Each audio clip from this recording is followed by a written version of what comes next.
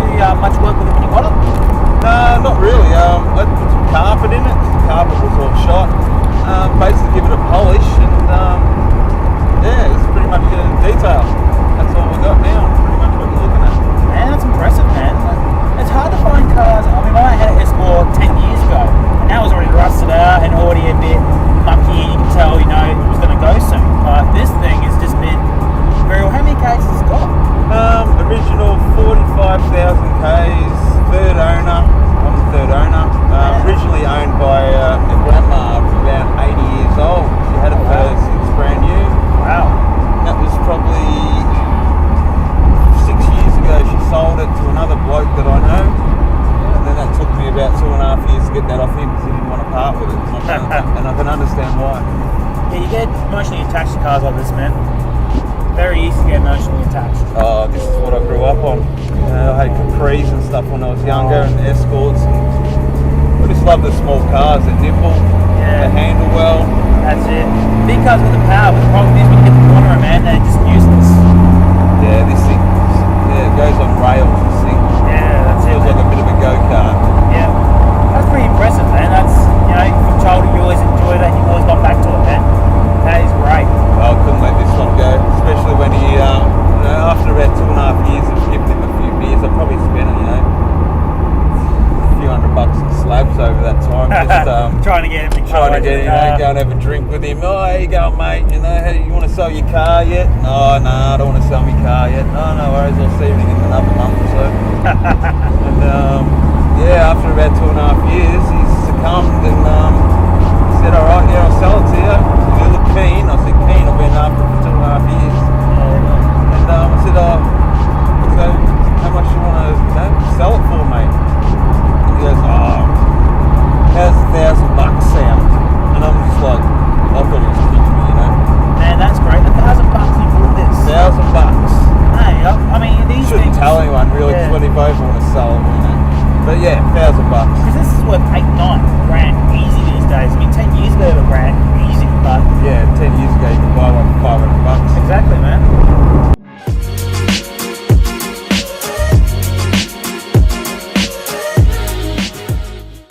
What's this about the club rego? Because, you register it with normal car registration. It's, for a weekend car, it's not worth the money. I mean, you spend $700. But you do it with club rego, it's like 1/8 the price.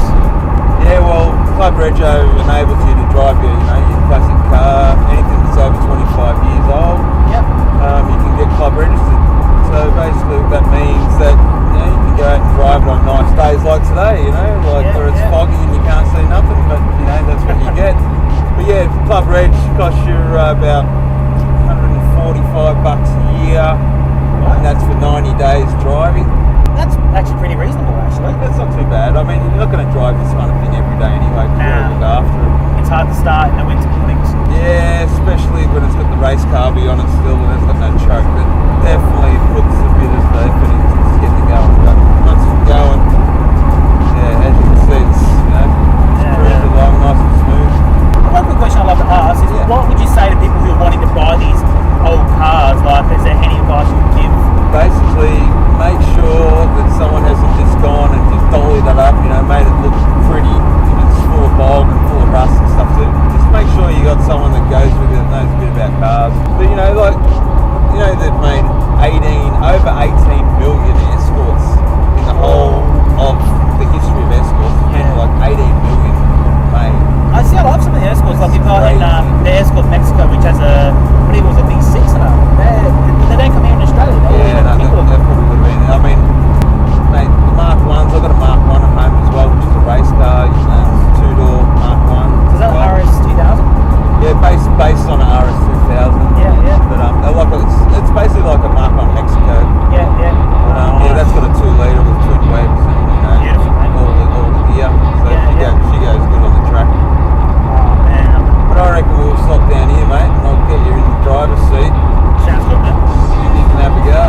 Yeah. While Jason pulls over and I jump into the Escort, let's quickly mention the history of the Ford Escort.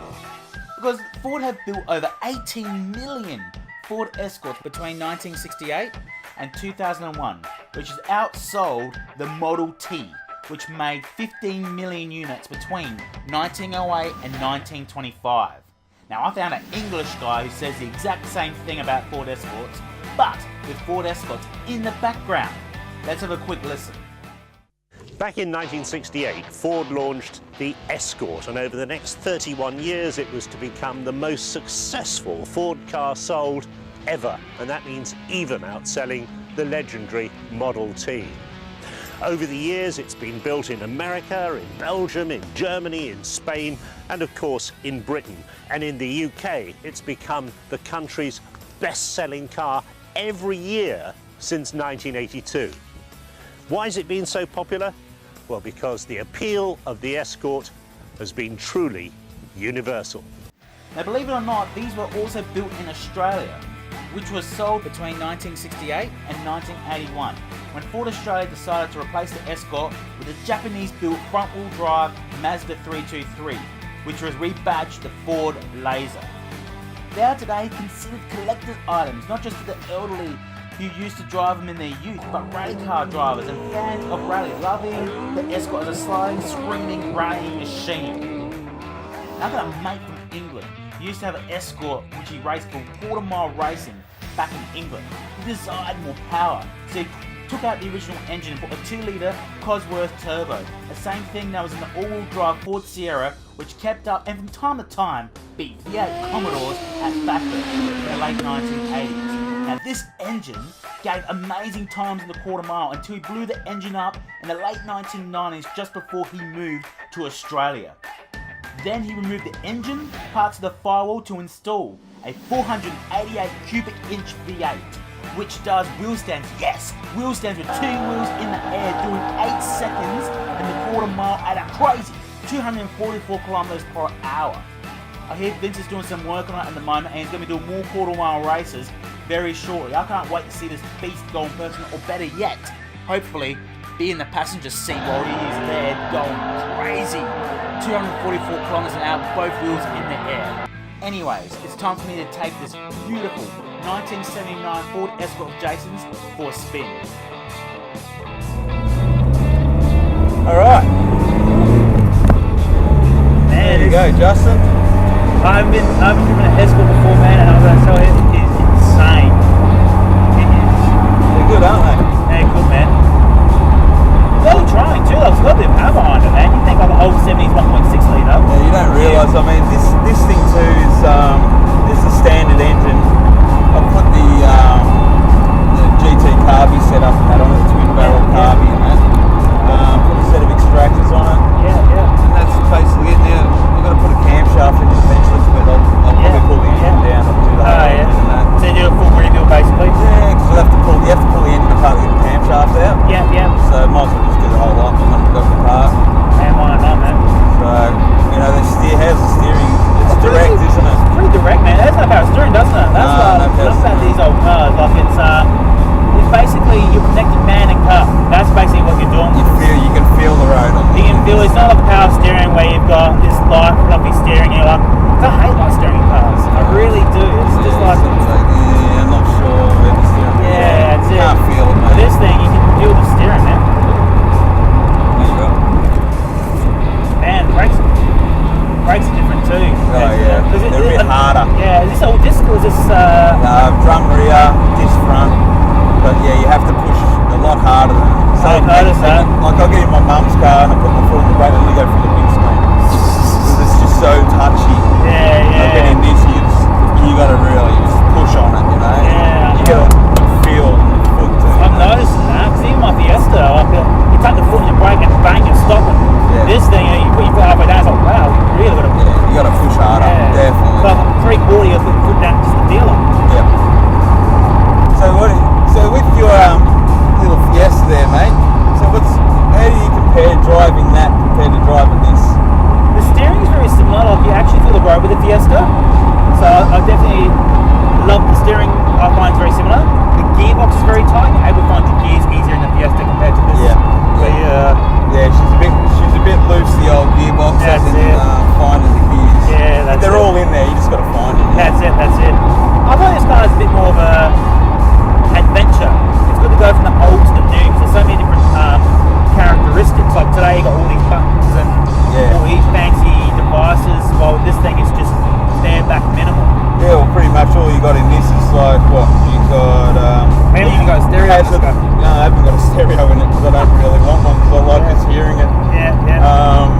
Yeah, well, you basically got like your heater controls. You got like up and down to miss the control, you know, and then you got like 2 fan, high speed and low speed on the fan. Yeah. You got hazard lights. You got a beard the mister for the rear window. I'd see that's a feature. That probably was a top feature in that car. That's about it. That's all you really need, man. Yeah, that's about it.